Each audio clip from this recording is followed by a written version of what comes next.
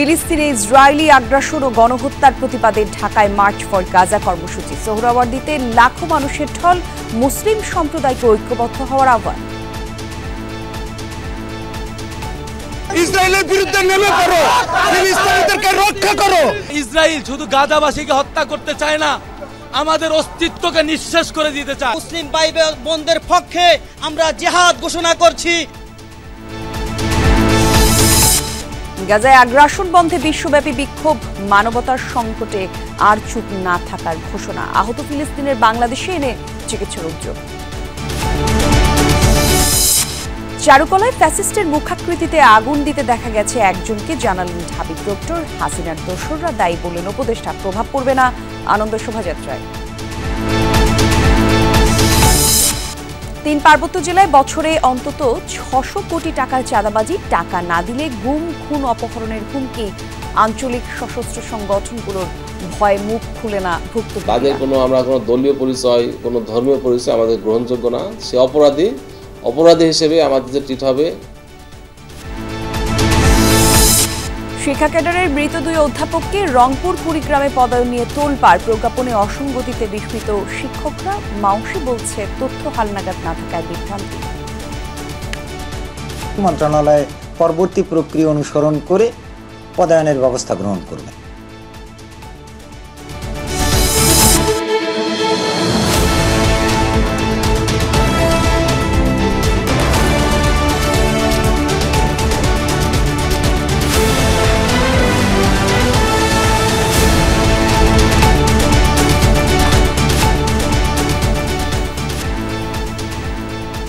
দুপুরের বাংলাদেশে আমন্ত্রণ আপনাদের সবাইকে। সাথে আমি জান্নাতুল কলি আছি। শিরোনাম দেখছিলেন শুরুতে। ফিলিস্তিনে চলমান ইসরায়েলি আগ্রাসন এবং গণহত্যার প্রতিবাদে রাজধানীতে চলছে মার্চ ফর গাজা কর্মসূচি। বিকেল 3টা থেকে মূল সমাবেশ শুরু। এরই মধ্যে লোকে লোকারণ্য সোহরাওয়ার্দী উদ্যান। ফিলিস্তিন ধ্বনিতে মুখর গোটা এলাকা। সোহরাওয়ার্দী উদ্যানে প্যালেস্টাইন সলিডারিটি মুভমেন্ট বাংলাদেশের উদ্যোগে এই আয়োজন। বিভিন্ন স্থান থেকে প্রতিবাদ সমাবেশ নিয়ে অংশগ্রহণ করছে ফিলিস্তিনিদের প্রতি সংহতি জানিয়েছে নানা শ্রেণী পেশার মানুষ। গাজায় মানবিক বিপর্যয়ে মুসলিম বিশ্বের অবস্থানের সমালোচনা করেন প্রতিবাদ সমাবেশে অংশ নেয়ারা। আর সমাবেশে অংশ নিচ্ছে বিএনপি, জামায়াত সহ বিভিন্ন রাজনৈতিক, সামাজিক, সাংস্কৃতিক অঙ্গনের শীর্ষ ব্যক্তিরা। বিশ্ববাসীকে দেখাইতেছি যে আমরা বাংলাদেশের মানুষ সোচ্চার। ইসরায়েল শুধু গাজাবাসীকে হত্যা করতে চায় না, আমাদের অস্তিত্বকে নিঃশেষ করে দিতে চায়। আমাদের এরকম সুপরিকল্পিতভাবে যদি আমরা সামনে আগাইতে পারি, ইসরায়েলের কোনো ক্ষমতা নাই আমাদের উপর চড় হয়ে। ইসরায়েলের বিরুদ্ধে নেমে পড়ো, ফিলিস্তিনিদেরকে রক্ষা করো। দর্শক, রাজধানীর বিভিন্ন পয়েন্ট থেকে আমাদের সহকর্মীরা তথ্য সংগ্রহ করছেন মার্চ ফর গাজা কর্মসূচির উপলক্ষে। আমরা প্রথমেই আমাদের সহকর্মী আশিক মাহমুদের কাছে যেতে চাই। সোহরাওয়ার্দী উদ্যানে আছেন তিনি। আশিক, মূল আনুষ্ঠানিকতা শুরু হচ্ছে 3টায় আমরা জেনেছি।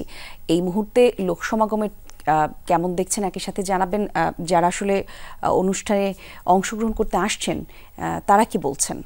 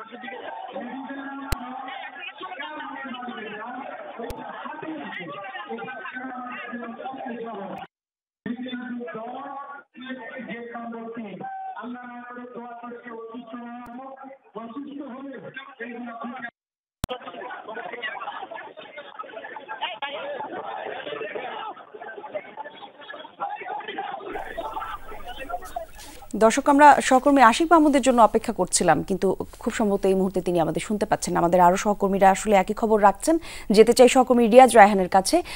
মার্চ ফর গাজা কর্মসূচির এই মুহূর্তে বিএনপির বিভিন্ন রাজনৈতিক দল অংশগ্রহণ করেছে আমরা জানতে পেরেছি। রিয়াজ, একটু জানাবেন আপনার কাছে কি তথ্য আছে এই প্রসঙ্গে?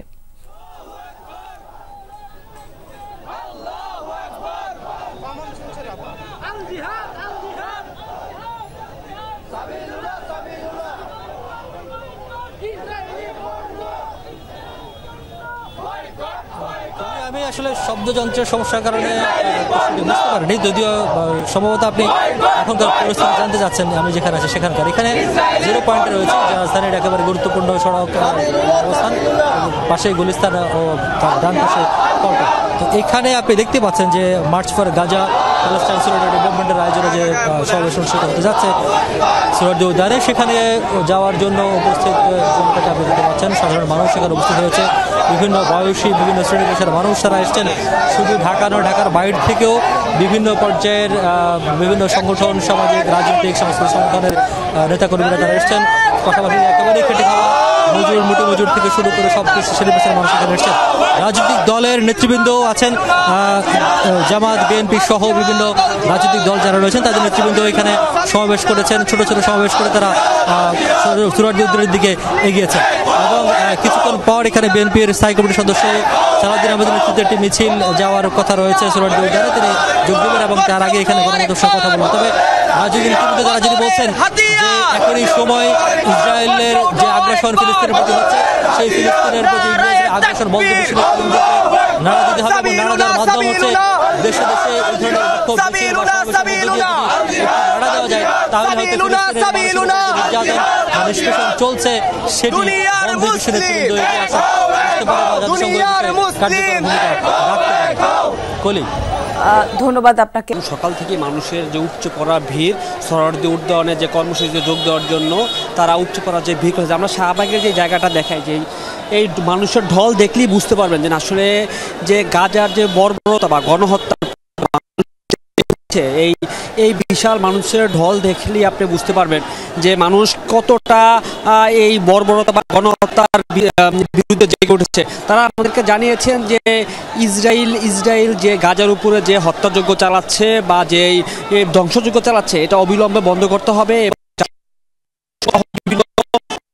সংস্থা কেন নিশ্চুপ এবং বিশ্বের প্রভাবশালী রাষ্ট্রগুলো কেন এ ব্যাপারে এখনো কোনো কথা বলছে না, এইসব প্রশ্ন তারা রাখছেন। এবং তারা বলছেন যে এই গাজায় যে এই ধ্বংসযজ্ঞ যদি বন্ধ না হয়, তাহলে একটা সময় পৃথিবীর মানচিত্র থেকে এটা নিশ্চিহ্ন করে দেওয়ার একটা পরিকল্পনা তাদের রয়েছে। আমরা দেখতে পাচ্ছি যে এই শাহবাগ সহ তারপর টিসি, তারপরে এখান থেকে সোহরাওয়ার্দী আশপাশের পুরো এলাকা মানুষের যে ঢল, সেখানে শিশু থেকে শুরু করে নারী, বৃদ্ধ, সকল বয়সের মানুষ এই প্রতিবাদে অংশগ্রহণ করছেন। এবং আমরা দেখি সকাল 10টা থেকেই মানুষের এই ঢল শুরু হয়েছে এবং মোটামুটি বলা চলে সোহরাওয়ার্দী উদ্যানের আশপাশ এলাকা পুরো কানায় কানায় পরিপূর্ণ হয়েছে। এই গণহত্যা এবং বর্বরতার প্রতিবাদে তারা এক হয়ে এবং তারা এর প্রতিবাদে সামিল হওয়ার জন্য তারা এই কর্মসূচিতে যোগ দেওয়ার জন্য তারা সোহরাওয়ার্দী উদ্যানের পথে তারা যাচ্ছেন। এবং তাদের বক্তব্য হচ্ছে, যদি মুসলিম বিশ্ব সহ সবাই প্রতিবাদে কথা বলে, তাহলে অবশ্যই এটার একটা সমাধান বা নিরসন করা সম্ভব। তাই সবাইকে একযোগে কথা বলার জন্য বা এর বিরুদ্ধে কণ্ঠস্বর দাঁড়ানোর জন্য তাদের আহ্বান। তারা বলছেন যে সবাই যদি আমরা একসাথে এই বর্বরতা, এই গণহত্যার বিরুদ্ধে কথা বলি বা আমরা জেগে উঠি, তাহলে অবশ্যই আমরা ইসরায়েলের এই ধ্বংসযজ্ঞ থেকে গাজাকে রক্ষা করা সম্ভব। তাই সবাইকে যার যার জায়গা থেকে এগিয়ে আসার আহ্বান জানান। তারা বলেন যে ঢল দেখা যাচ্ছে এখন, যেই হাজার হাজার মানুষ যে একাত্মতা প্রকাশ করছে, তারই যে বিশ্বে গণহত্যা বা ধ্বংসযজ্ঞ বন্ধ হোক এবং একটা শান্তি ফিরে আসুক বিশ্বে। সবাই এটাই তাদের বক্তব্য। যেহেতু আর কিছুক্ষণ পরেই মূল সমাবেশের আনুষ্ঠানিকতা করা যায়, এই মুহূর্তে ইঞ্জিনিয়ার্স ইনস্টিটিউশনের সামনের দিকে রয়েছে এই পুরো এলাকাটি লোকারণ্য, বলা যায় যে জনসমুদ্রে পরিণত হয়েছে। আমরা দেখছি বিভিন্ন রাজনৈতিক দল, বিভিন্ন এলাকা থেকে সাধারণ মানুষ তারা কিন্তু হাজার হাজার মানুষজন তারা কিন্তু ছোট ছোট বড় বড় মিছিল নিয়ে তারা কিন্তু এখানে আসছেন এবং মার্চ পর গাজায় তারা অংশ নিচ্ছেন।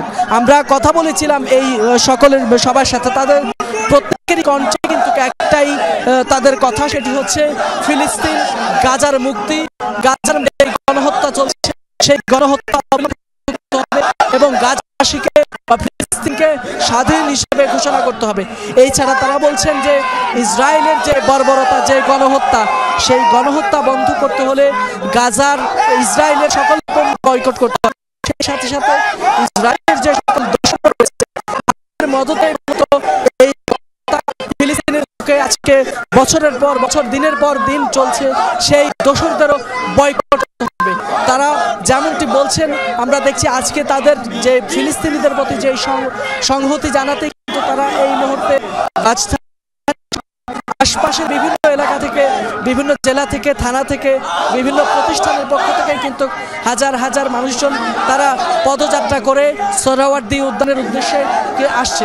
আপনি এই মুহূর্তে দেখছেন পুরো এলাকাটি কিন্তু লোকে লোকারণ্য, সকলের হাতেই ফিলিস্তিন, মুখে ফিলিস্তিনের স্বাধীনতার বার্তা।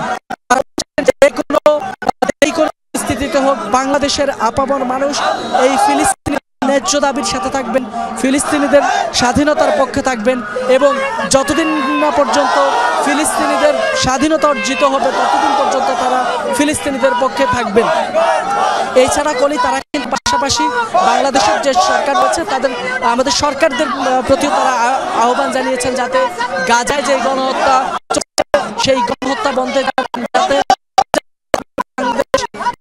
তারা সোচ্চার হয়, তারা প্রতিবাদ জানায়, সেই বিষয়টা তারা বারবার বলছেন এবং অনেকেই বলছেন সরকার যাতে তাদেরকে তারা যাতে গাজার পক্ষে। জি ফাইসাল, বুঝতেই পারছি প্রচন্ড মানুষের সমাগম আমরা দেখতে পাচ্ছি, অনেক মানুষ আমরা দেখতে পাচ্ছি। ধন্যবাদ আপনাকে। গাজায় ইসরায়েলি আগ্রাসনের প্রতিবাদে বিক্ষোভে ফুঁসে উঠেছে বিশ্ববাসী। ফিলিস্তিনের সমর্থনে পাকিস্তান, লিবিয়া, ইয়েমেন সহ বিভিন্ন দেশে রাস্তায় নেমেছে লাখো মানুষ। শিশু হত্যা এবং মানবিক বিপর্যয়ের বিরুদ্ধে স্লোগানে মুখরিত বিভিন্ন শহরের গুরুত্বপূর্ণ পয়েন্টগুলো। ফিলিস্তিনিদের পাশে দাঁড়াতে জোরালো কণ্ঠে আওয়াজ তুলেছে সাধারণ মানুষ। হাজারো মানুষের জমায়েত, সবার কণ্ঠে একটাই দাবি, ফিলিস্তিনের স্বাধীনতা ও মানবতার মুক্তি। থামাতে হবে এই নিষ্ঠুরতা, শিশু হত্যা। দেশ আলাদা, জাতিগত পরিচয়ও আলাদা, তবে সবারই দাবি এক, বন্ধ হোক ইসরায়েলের আগ্রাসন। যুদ্ধবিরতি চুক্তি লঙ্ঘন করে বর্বরতা চালিয়ে যাচ্ছে ইসরায়েলি বাহিনী। গত কয়েকদিনে প্রাণ হারিয়েছে ১৫০০-এর বেশি মানুষ, হতাহতের শিকার প্রায় ১০০০ শিশু। গাজায় নির্মমতা ও মানবিক বিপর্যয়ের বিরুদ্ধে সোচ্চার সমগ্র বিশ্ব। প্রতিবাদে মুখর পাকিস্তানের দ্বিতীয় বৃহত্তম শহর লাহোর। গাজার মানুষের পাশে দাঁড়াতে ইসলামাবাদ, করাচির সড়কে সড়কে হয়েছে সমাবেশ। ফিলিস্তিনের পতাকায় ছেয়ে যায় বিভিন্ন এলাকা। লাল রঙে হাত রাঙিয়ে রক্তপাতের বিরুদ্ধে অবস্থান নেন বিক্ষোভকারীরা। গাজার মানুষ আজ কিয়ামতের মুখোমুখি। ইসরায়েলি বর্বরতা বন্ধে মানবাধিকারের পৃষ্ঠপোষক ইউরোপ, অন্যান্য দেশ এবং জাতিসংঘের মতো সংস্থাগুলোর দ্রুত পদক্ষেপ নেওয়া উচিত। একই দিনে লিবিয়ার মিসরাতাও ছিল প্রতিবাদে উত্তাল। হাতে ফিলিস্তিনের পতাকা আর স্লোগানে স্লোগানে গর্জে ওঠে জনতার কণ্ঠ। গাজার মানুষের মুক্তির দাবিতে প্রকম্পিত হয় চারদিক। শুধু গাজা নয়, ইসরায়েলের আগ্রাসনের শিকার ইয়েমেনও। তাই ইসরায়েল বিরোধী বিক্ষোভে রাজধানী সানার 70 স্কয়ারে জমায়েত হয় হাজার হাজার মানুষ। ছিল না তিল ধারণের ঠাঁই। বাবার কাঁধে চড়ে প্রতিবাদে অংশ নেয় শিশুরাও। আমেরিকান আগ্রাসনকারীদের বলতে চাই, ইয়েমেনে হামলা করে আপনারা আমাদের মনোবল ভাঙতে পারবেন না। গাজার প্রতি আমাদের সমর্থন অব্যাহত থাকবে। আপনাদের পদক্ষেপের আরো জোরালো জবাব দেব আমরা। এছাড়াও গত কদিনে ফিলিস্তিনের পক্ষে বিক্ষোভ মিছিল হয়েছে সোমালিয়া, বসনিয়া, মরক্কো সহ বিশ্বের নানা প্রান্তে। রেজবানা সাইমা, যমুনা নিউজ। গাজায় বর্বরতম হত্যাকাণ্ড চালিয়ে যাচ্ছে ইসরায়েল। 24 ঘন্টায় প্রাণহানির শিকার আরও 20 ফিলিস্তিনি। গাজা সিটির পূর্বে তুফাহ এলাকায় এবং সুয়াজা শরণার্থী শিবিরে হয়েছে নির্বিচার বোমা বর্ষণ। হতাহতের শিকার অনেকে। খান ইউনিসের ফিলিস্তিনিদের লক্ষ্য করে এলোপাথারি গুলি ছুড়েছে ইসরায়েলি সেনারা। পশ্চিমে আল মাওয়াসি এলাকায় নিরাপদ অঞ্চল হিসেবে চিহ্নিত এলাকায় আশ্রিতদের তাঁবু লক্ষ্য করে বিমান হামলা হয়েছে। গাজা সিটিতে নতুনভাবে দেওয়া হয়েছে উচ্ছেদের নির্দেশ। এক এলাকা থেকে আরেক এলাকায় ছুটছে মানুষ। গাজায় 1.5 বছর ধরে চলমান ইসরায়েলি আগ্রাসনে প্রাণহানি বেড়ে দাঁড়িয়েছে 51,000-এর কাছাকাছি।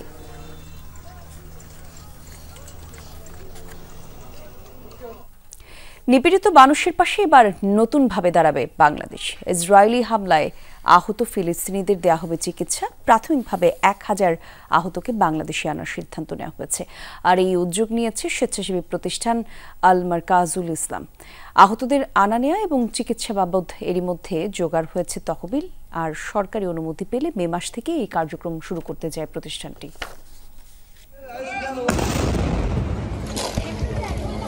মানবিকতা শব্দটিকে অগ্রাহ্য করে ফিলিস্তিনিদের উপর বেড়েই চলেছে ইসরায়েলি আগ্রাসন। 2023 সাল থেকে হামলায় এখন পর্যন্ত নিহত হয়েছে 50,000-এরও বেশি ফিলিস্তিনি নাগরিক, আহত 2 লক্ষাধিক। তবে এই আহতদের চিকিৎসার জন্য অবশিষ্ট নেই তেমন কোনো হাসপাতাল। এমন বর্বরতার বিরুদ্ধে সরব বাংলাদেশ। রাজপথে হচ্ছে মিছিল ও সমাবেশ। এর মাঝেই মানবিকতার অনন্য এক উদাহরণ তৈরি করতে চায় স্বেচ্ছাসেবী প্রতিষ্ঠান আল মারকাজুল ইসলামী। 3 ধাপে 3000 ফিলিস্তিনিকে বাংলাদেশে এনে চিকিৎসা দিতে প্রস্তুত প্রতিষ্ঠানটি। মোট 13টি ক্যাটাগরিতে দেয়া হবে আহত ফিলিস্তিনিদের চিকিৎসা। মারাত্মকভাবে তারা আহত অবস্থায় আছে, তাদেরকে যদি আমরা আনতে পারি তাহলে সেটা আমরা ওইখানকার যে লোকাল আইসিআরসি আছে, আইসিআরসি গাজা বা রেড ক্রস বা রেড ক্রিসেন্ট সহ ইন্টারন্যাশনাল যে অর্গানাইজেশন আছে, ইউএন হতে পারে, তাদের হেল্পের মাধ্যমে, তাদের ডাটা কালেকশনের মাধ্যমে আমরা তাদেরকে নিয়ে আসতে পারি। আইডিএফ এর সাথে এক তৃতীয় ব্যক্তি বা তৃতীয় প্রতিষ্ঠান অর্গানাইজেশনের চুক্তির মাধ্যমে ডাইরেক্ট বাংলাদেশে তারা আসবে, যেমনটি ইন্দোনেশিয়া করছে। আহতদের ফিলিস্তিন থেকে প্লেনে আনা, থাকা খাওয়া, চিকিৎসা এবং ফেরত পাঠানো বাবদ প্রয়োজনীয় ফান্ড ইতিমধ্যেই সংগ্রহ করা হয়েছে বলে জানান প্রতিষ্ঠানটির চেয়ারম্যান। 1000 রোগীর 40টা হসপিটাল মিলে ঢাকার আমরা এই সেবাটা দিব। মানে আমরা যখন অনলাইনে দেই, এটা দেওয়ার পরে আমাদের ফান্ডের এত পরিমাণ চাপ আলহামদুলিল্লাহ আসছে যে আমরা বলছি আমরা কোনো ফান্ড এখন নিব না।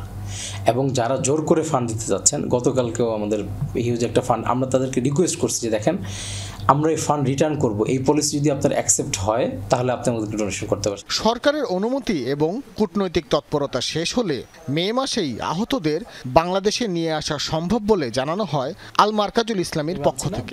তাদেরকে আমরা একটা ভালো সুস্থ মানুষ হিসেবে ট্রিট করছি এবং সেভাবে তাদেরকে আমরা ফেরত পাঠানোর আশা রাখি। ভাস্কর ভাদুরী, যমুনা নিউজ, ঢাকা। চারুকলায় দুর্বৃত্তের আগুনে পুরো পহেলা বৈশাখের আনন্দ শোভাযাত্রা উপলক্ষে বানানো ফ্যাসিবাদের মুখাকৃতি। ঢাকা বিশ্ববিদ্যালয়ের প্রক্টর অধ্যাপক সাইফুদ্দিন আহমেদ জানিয়েছেন, সিসি ক্যামেরার ফুটেজ থেকে একজনকে আগুন দিতে দেখা গেছে এবং তাকে শনাক্তের কাজ চলছে। পুলিশ জানিয়েছে ভোর 5টার কিছু আগে দেয়া হয় আগুন। তাদের ধারণা কেউ উদ্দেশ্যমূলকভাবে এই আগুন দিয়েছে। কলা অনুষদের ডিন এবং এই ঘটনায় তদন্ত কমিটির প্রধান অধ্যাপক মোহাম্মদ সিদ্দিকুর রহমান খান জানিয়েছেন, নিরাপত্তার দায়িত্বে থাকা সবার একযোগে ঘটনাস্থল ত্যাগ সন্দেহজনক। আর এই ঘটনায় শোভাযাত্রার প্রস্তুতিতে ব্যাঘাত ঘটলেও আয়োজনে প্রভাব পড়বে না এমনটা বলছেন আয়োজকরা। ঢাকা বিশ্ববিদ্যালয়ের সহকারী প্রক্টর রফিকুল ইসলাম বলছেন, পুলিশ এবং প্রক্টোরিয়াল মোবাইল টিম চারুকলায় নিরাপত্তার দায়িত্বে ছিল। ভোর 4:30টার দিকে প্রক্টোরিয়াল টিম ফজরের নামাজ পড়তে বের হয়ে যায়। তখন সেখানে শুধু পুলিশ উপস্থিত ছিল। কিছু সময় পরেই শেখ হাসিনার মেটফেটি জ্বলতে দেখা যায় এবং এ সময় দ্রুত সময়ের মধ্যে আগুন নিভানো হলেও সম্পূর্ণটাই পুড়ে গেছে ফ্যাসিবাদের কাঠামো। আর পুলিশের ঊর্ধ্বতন কর্মকর্তারা ঘটনাস্থল পরিদর্শন করে জানিয়েছেন, যারা মোটিফোটি পছন্দ করেনি তারাই আগুন দিয়েছে। যে সরকার প্রধান ছিল ফ্যাসিস্ট, তার যে একটা পোর্ট্রেট করা হয়েছে এইটা, এবং ওইটা পুরাইতে গিয়ে সম্ভবত কবুতরের কিছু অংশ আংশিক পুরানো হয়েছে।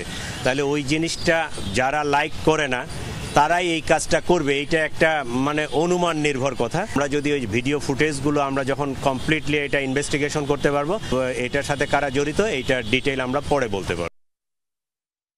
শেখ হাসিনার দোসররাই চারুকলার ফ্যাসিবাদের মুখাবয় পুড়িয়ে দিয়েছে, এমনটা দাবি করেছে সংস্কৃতি উপদেষ্টা মোস্তফা সরোয়ার ফারুকী। সকালে উপদেষ্টা ভেরিফাইড ফেসবুক অ্যাকাউন্ট থেকে এ বিষয়কে একটি পোস্ট দেন। তিনি বলেন, অগ্নিসংযোগের সাথে জড়িতরা সফট আওয়ামী লীগ বা আওয়ামী লীগ বি টিমের হোক না কেন, তাদেরকে দ্রুততম সময়ের মধ্যে আইনের আওতায় আনা হবে। আরও জানায়, আনন্দ শোভাযাত্রা থামানোর চেষ্টা হলে আওয়ামী লীগের হয়ে যারা কাজ করেছে তাদের শুধু আইনের আওতায় আনা হবে না, বরং এবারের শোভাযাত্রা যেন আরও বেশি তাৎপর্যপূর্ণ হয় সেটি নিশ্চিত করতে চান তিনি। আর উপদেষ্টা তার পোস্টে লিখেছেন, চারুকলায় আগুন লাগিয়ে শেখ হাসিনার দোসররা জানিয়ে গেল বাংলাদেশের মানুষ এক হয়ে উৎসব করুক, এটা তারা চায় না। তিনি বলেছেন, এখন বর্ষবরণ আনন্দ শোভাযাত্রায় এদেশের মানুষ আরও বেশি সংখ্যায় অংশগ্রহণ করবে। যারাই চায় না এই ফ্যাসিবাদের মুখাবব র্যালিতে থাকুক, ধরেন নানান রকমের মতামত থাকতে পারে, ক্রিয়েটিভ কমেন্ট, কিন্তু যখন এটা পুড়িয়ে দিতে যায় তখন বুঝতে হবে যে এটার পিছনে একটা সংঘবদ্ধ শক্তি কাজ করছে। ইতিমধ্যে গিয়েছে, আপনারা জানেন যে পুলিশ কাজ করছে এবং দ্রুতই অপরাধীকে গ্রেপ্তার করা হবে। 3 পার্বত্য জেলায় চলছে 3 দিনের বৈশাখী উৎসব। নদীতে ফুল ভাসিয়ে পুরাতন বছরকে বিদায়ের পাশাপাশি চলছে বর্ষবরণের নানা আনুষ্ঠানিকতা। সকালে বান্দরবনের রোয়াংছড়ি স্টেশন সংলগ্ন সাঙ্গু নদীর তীরে ঐতিহ্যবাহী পোশাককে ভক্তি এবং শ্রদ্ধা ভরে গঙ্গা দেবীর পূজা করেন পাহাড়ি তরুণ তরুণীরা। পরে দেবীর উদ্দেশ্যে ফুল ভাসিয়ে পুরাতন বছরের গ্লানির ভুলে নতুন বছরের সুখ সমৃদ্ধি কামনা করা হয়। সূর্যোদয়ের আগেই নদীতে ফুল ভাসায় তঞ্চঙ্গা এবং চাকমা সম্প্রদায়ের মানুষ। এরপর ঘরে ঘরে নানা ধরনের সবজি দিয়ে তৈরি হয় ঐতিহ্যবাহী পাচন। আর বিকেলে থাকছে তঞ্চঙ্গাদের জাতীয় ঘিলা ঘোলা সহ নানা আয়োজন।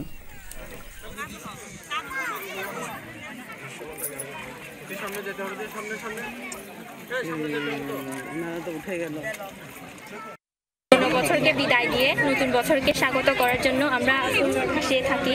দাদির সঙ্গে এবং আমার মা বাবার সাথে ফুল ভাসানোর জন্য আসছি। ঐতিহ্যবাহী একটা ঘিলা খেলা আছে, এর মধ্যে আমাদের সাংস্কৃতিক অনুষ্ঠান দিয়ে আজকে আমরা এই ফুল বিশু উৎসব আজকে আমরা পালন করতেছি। যত সম্প্রদায় আছি আর আমরা বাংলাদেশের বাঙালি সবাই মিলে যেন আমরা ভালো থাকি। রাঙামাটিতেও চাকমা এবং ত্রিপুরা রীতি অনুযায়ী ভুরে পানিতে ফুল ভাসিয়ে শুরু হয় ফুলবিজু উৎসব। বৈশ্য বিজু সাংগ্রাই কমিটির উদ্যোগে শহরের রাজবনবিহার ঘাট এবং কেরানি পাহাড়ে এই আয়োজন ছিল। অংশ নেয় শত শত পাহাড়ি তরুণ তরুণী সহ বিভিন্ন বয়সী মানুষ। রোববার মূল বিজু এবং পরদিন গোজাপজ্জার মধ্য দিয়ে শেষ হবে 3 দিনের উৎসব। খাগড়াছড়িতে চেঙ্কি নদীতে ফুল ভাসিয়ে বৈশাখী উৎসবের আনুষ্ঠানিকতা শুরু করেন চাকমা তরুণ তরুণীরা।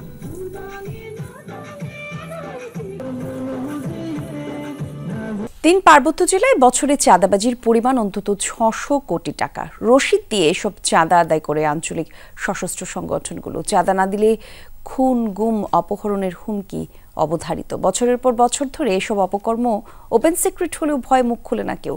পাহাড় ঘুরে সাইদুর রশিদ ইভানের তোলা ছবিতে বিস্তারিত জানাচ্ছেন সুমন। 3 পার্বত্য জেলায় পাহাড়ি বাঙালি মিলে অন্তত 15 সম্প্রদায়ের মানুষের বসবাস। বেশিরভাগই জুম চাষের সাথে জড়িত। অভিযোগ রয়েছে বীজ বপন থেকে শুরু করে ফসল উত্তোলন বিক্রয় পর্যন্ত পদে পদে চাঁদা দিতে হয় সবাইকে। রীতিমতো রসিদ দিয়ে চাঁদা আদায় করেন আঞ্চলিক সশস্ত্র সংগঠনের সদস্যরা। কেউ দিতে অস্বীকৃতি জানালে চলে নির্যাতন, কখনো গুম কিংবা হত্যা। বাগান করলাম, ওখানে আমাকে চাঁদা দিতে হবে। আমি যদি গরু একটা যদি আমার থাকলে গরু চাঁদা দিতে হবে। আমার একটা যদি দায়িত্ব জমির মধ্যে যদি আমার পাওয়ার টিলার মেশিন থাকলে এই মেশিনটা ভাড়া দিতে হবে। দেখা যায় এক পক্ষে যদি আমরা দেই, আরেকটা পক্ষে না দিলে আমাদেরকে মারধর করে তারা অস্ত্র দেখায়। 4-5 দলকে দিতে হয়, না দিলে তো গাড়িতে আগুন লাগাই দেয়। এর আগেও তো বহুবার গাড়ি আগুন লাগাই দিছিল, যে অপহরণ করে নিয়ে যায় মুক্তিবন্দরে। বিভিন্ন গোয়েন্দা সংস্থার তথ্য মতে 3 পার্বত্য জেলায় বছরে অন্তত 600 কোটি টাকা চাঁদা আদায় করে সশস্ত্র সংগঠনগুলো, যার বেশিরভাগই খরচ করে অস্ত্র কেনার পেছনে। ওরা মায়ানমার থেকে আনে বা ইন্ডিয়া থেকে আনে, বিভিন্ন ধরনের বর্ডারের থেকে ওরা ক্রয় করে এগুলা। তারা তো এমনিতে দেশের বিরোধী, তারা তো এই দেশের নাগরিক না, ইউপিডিএফ, তারা তো সন্ত্রাসী কায়দার। আমরা অনিরাপত্তার মধ্যে আছি। নিরাপদ কিভাবে দিবে না সেটা সরকার মহলে জানবে। বইয়ের মধ্যে তো আছে ভাই, বইয়ের মধ্যে তো আছে, তাই নিরাপত্তা নাই, কখনো হাওয়াজ, কখনো কি। পাহাড়ে সশস্ত্র সংগঠনগুলোর চাঁদাবাজি ওপেন সিক্রেট হলেও ভয়ে মুখ খোলে না ভুক্তভোগীরা। স্থানীয় প্রশাসনও অনেক ক্ষেত্রে নীরব। কিছুদিনের জন্য কাউকে তুলে নিয়ে গেল, একটা র্যানসম পেয়ে গেলে তাদেরকে ছেড়ে দেয়, এবং এখানকার লোকজনকেই সাধারণত এই কাজটা করে। অভিযোগ খুব একটা হয় না, যেগুলো হয় আমরা সেগুলো হচ্ছে আমরা আমাদের নজরদারিতে আনি। অনেক দুর্গম এরিয়া রয়েছে, দেখা যাচ্ছে থানা এরিয়া থেকে 2-3 ঘন্টার হয়তো আসতেই লাগে, এই জন্য অনেকে আসতে চায় না। চাঁদাবাজির যে অভিযোগটা আসলে আমরা অফিসিয়ালি খুব বেশি আমাদের কাছে অভিযোগ আসে না। আমরা পত্রপত্রিকা আপনাদের মাধ্যমে যে তথ্যগুলো পাচ্ছি সেগুলো আমরা খতিয়ে দেখছি। তাদের আমরা কোনো দলীয় পরিচয়, কোনো ধর্মীয় পরিচয় আমাদের গ্রহণযোগ্য না। সে অপরাধী হিসেবে আমাদের যে ট্রিট হবে, অস্ত্রধারী হিসেবে ট্রিট করবো। বিশেষজ্ঞরা বলছে বছরের পর বছর ধরে চাঁদাবাজির নেতিবাচক প্রভাব পড়ছে পার্বত্য অঞ্চলে, মিলছে না কাঙ্ক্ষিত অর্থনৈতিক মুক্তি। কারা চাঁদাবাজি করে, কে চাঁদাবাজি করে, কিভাবে করে এবং তাদের কালেক্টর চাঁদাটা কীভাবে কালেকশন করে, এগুলো ধরে চিহ্নিত করে তাকে উপযুক্ত শাস্তি প্রদান করার মাধ্যমেই একটি শান্তিপূর্ণ পাহাড়ের সুবাতাস প্রবাহিত করা সম্ভব। এটা পাহাড়ি বাঙালি নেতৃত্বের ঐক্যবদ্ধ স্বার্থের বিষয়। যারা এই স্বার্থে আঘাত করবে এটা কিন্তু আসলে জনতার বিরুদ্ধে। শহীদুল সুমন, যমুনা নিউজ, রাঙ্গামাটি। সম্প্রতি বিসিএস সাধারণ শিক্ষা ক্যাডারে 2 মৃত অধ্যাপককে রংপুর এবং কুড়িগ্রামে 2টি সরকারি কলেজে পদায়ন নিয়ে চলছে তোলপাড়। 2 বছরের বেশি সময় আগে মারা যাওয়া অধ্যাপকদের নাম কিভাবে পদায়নের তালিকায় আসলো সেই প্রশ্ন তুলেছেন শিক্ষক শিক্ষার্থীরা। যদিও মাউসি বলছে তথ্য আপডেট না থাকায় এই বিভ্রান্তি। মাধ্যমিক ও উচ্চশিক্ষা বিভাগের পৃথক 3টি আদেশে গেল 8 এপ্রিল বিসিএস সাধারণ শিক্ষা ক্যাডারের 135 জন অধ্যাপককে বিভিন্ন কলেজে পদায়ন ও বদলি করা হয়। তাতে দেখা দিয়েছে নানা অসঙ্গতি। এই আদেশে আব্দুল মোত্তালিবকে কারমাইকেল কলেজের ইতিহাস বিভাগের অধ্যাপক হিসেবে দেখিয়ে পীরগাছা সরকারি কলেজে অধ্যক্ষ হিসেবে বদলি করা হয়। অথচ তিনি 2023 সালের 16 ডিসেম্বর রাজশাহীর বানেশ্বর ডিগ্রি কলেজের অধ্যক্ষ থাকাকালীনই মারা যান। প্রজ্ঞাপনে আমরা যখন দেখলাম যেখানে মৃত ব্যক্তি চলে আসছেন প্রিন্সিপাল হিসাবে, তখন আমরা এটা বুঝতে পারলাম যে এটা মন্ত্রণালয় অনেকটা অবহেলারই একটা মাইলফলক। ভুল হিসেবে দেখছি। এখন এটা ভুল তো সংশোধনের সময় সুযোগ আছে। সংশোধন যতদূর সম্ভব তত ভালো আমাদের জন্য। আরেকটি আদেশে কুড়িগ্রাম সরকারি কলেজের পদার্থ বিজ্ঞান বিভাগের অধ্যাপক হিসেবে জামাল উদ্দিনকে রাজারহাট মীর ইসমাইল হুসাইন সরকারি কলেজে অধ্যক্ষ পদে পদায়ন করা হয়। তিনিও মারা গেছেন 2023 সালের 12 এপ্রিল। দীর্ঘদিন ধরে অধ্যক্ষ পোস্টিং ফাঁকা রয়েছে, তা আমরা কয়েকদিন আগে অবগত হলাম যে এখানে একজন অধ্যক্ষকে পোস্টিং দেওয়া হয়েছে, কিন্তু ইতিমধ্যে ইনি মৃত্যুবরণ করেছেন। এখন আমরা চাচ্ছি যে নতুন করে আবার প্রিন্সিপাল স্যার যেন নিয়োগে আসে। গাইবান্ধা সরকারি কলেজ থেকে 2 বছর আগেই বদলি হয়ে পীরগাছা সরকারি কলেজের অধ্যক্ষ হিসেবে দায়িত্ব সামলাচ্ছেন আসাদুল ইসলাম। অথচ নতুন প্রজ্ঞাপনে আবারও সেই গাইবান্ধা সরকারি কলেজ থেকেই ফুলছড়ি ডিগ্রি কলেজে পদায়ন দেখানো হয়েছে। প্রজ্ঞাপনে এমন নানা ধরনের অসঙ্গতিতে ক্ষুব্ধ শিক্ষকরা।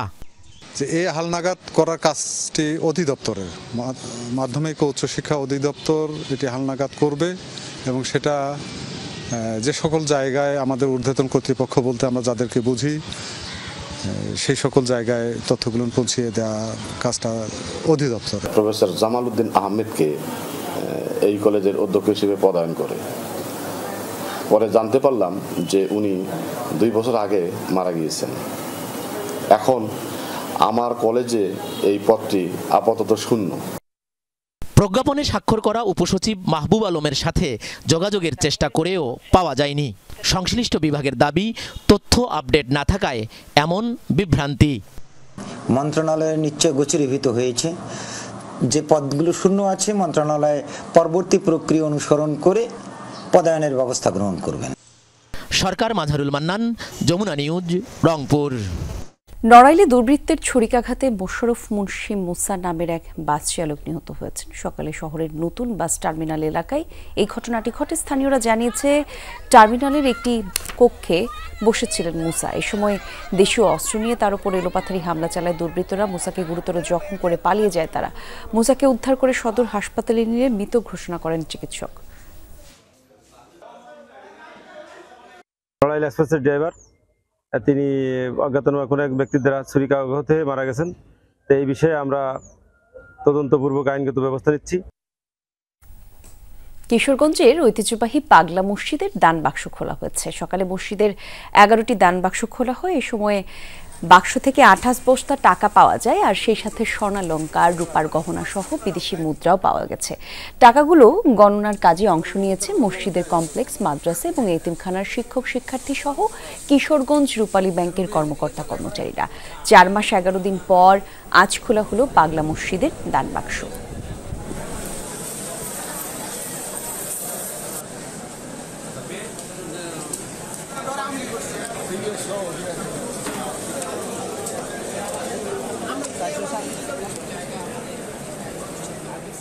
আমি থানা শিবপুর থেকে আসছি। আমার ছেলের জন্য মানত ছিল, এই মানত যেন আল্লাহ পূরণ করে। আল্লাহ যেন আমাকে ভালো রেজাল্ট করার তৌফিক দান করে। 3 বার হলো এখানে এসেছি এবং এসেছি এখানে মূলত আল্লাহর দরবারে দোয়া করার জন্য।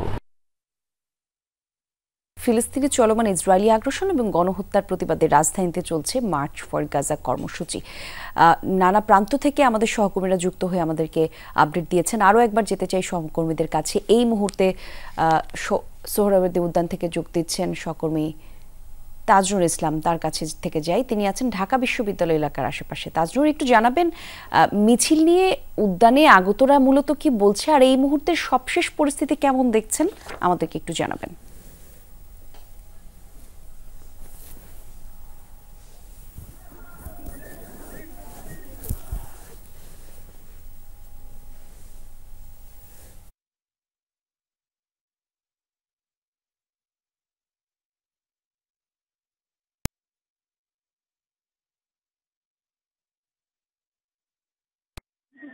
বুঝতে পারবেন যে হাতে হাতে ফিলিস্তিনের পতাকা, মাথায় ফিলিস্তিনের প্রতি গাজার প্রতি মানুষের যে সংহতি, সেটি জানাতে এদের মধ্যে লাখো মানুষের ঢল শাহবাগের আস্থা চলে গেছে।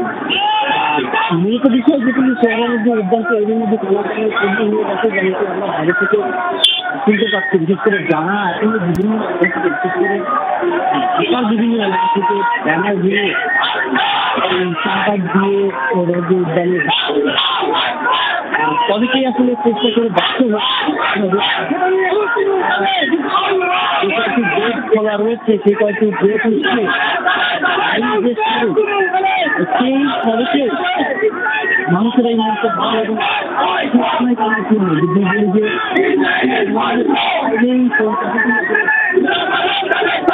আসলে কোনোভাবে ভুল বলা হবে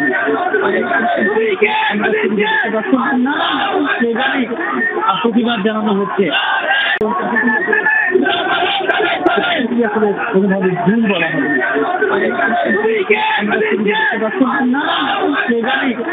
প্রতিবাদ জানানো হচ্ছে।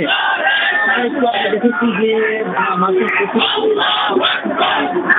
আগুন ধরিয়ে দেওয়া হয়েছে ইসরায়েলের নেতানিয়াহুর একটি প্রতিশ্রুতিতে